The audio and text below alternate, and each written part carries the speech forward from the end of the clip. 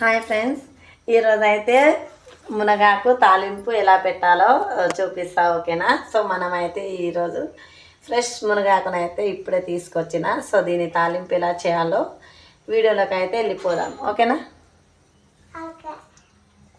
మునగాకు తాలింపు కోసం ఇప్పుడు మనమైతే కొన్ని ఇంగ్రీడియంట్స్ తోటి మసాలాను అయితే ప్రిపేర్ చేసుకుందాం.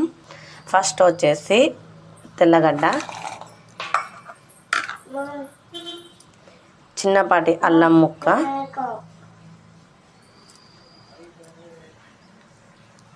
ఒక 6 లవంగాలు,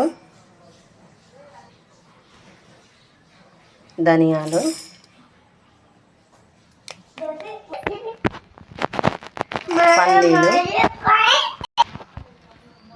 పల్లీలు కొన్ని ఎక్కువ తీసుకోవాలి. సో ఇప్పుడైతే మనం దీన్ని మసాలాను అయితే వేసుకుందాం. చూసారా అండి? సో ఈ విధంగా ఉండాలి, మరీ మెత్తగా కాకుండా ఇలా ఉండాలన్నమాట. ఓకేనా? ఇప్పుడైతే ప్రాసెస్లోకి వెళ్ళిపోదాం. ఫస్ట్ కడాయి అయితే పెట్టుకోవాలి. సో కొంచెం వాటర్ లేకుండా అయిన తర్వాత ఆయిల్ వేసేసుకుందాం.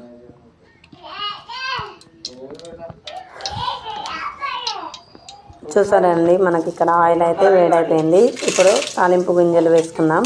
కొన్ని ఆవాలు, తరిగి పెట్టుకున్న ఎర్రగడ్డ. సో ఇవి రెండు కొంచెం ఫ్రై అయిన తర్వాత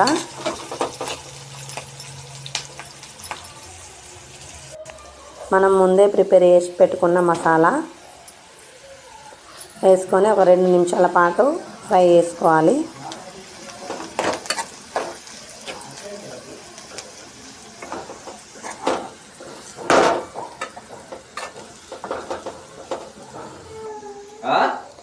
రెండు నిమిషాల తర్వాత మనము ఈ ప్రాసెస్ని అంతా గ్యాస్ అయితే సిమ్లో పెట్టుకొని చేసుకోవాలన్నమాట.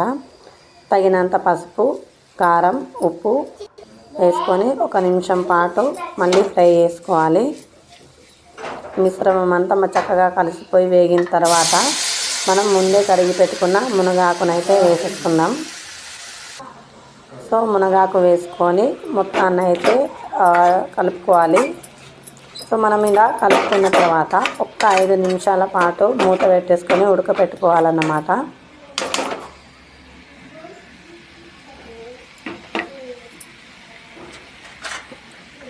చూసారా అండి, ఇక్కడ అయితే చక్కగా కలిపి మూత అయితే పెట్టేసుకున్నాను. సో 5 మినిట్స్ అయితే వెయిట్ చేద్దాం. 5 మినిట్స్ తర్వాత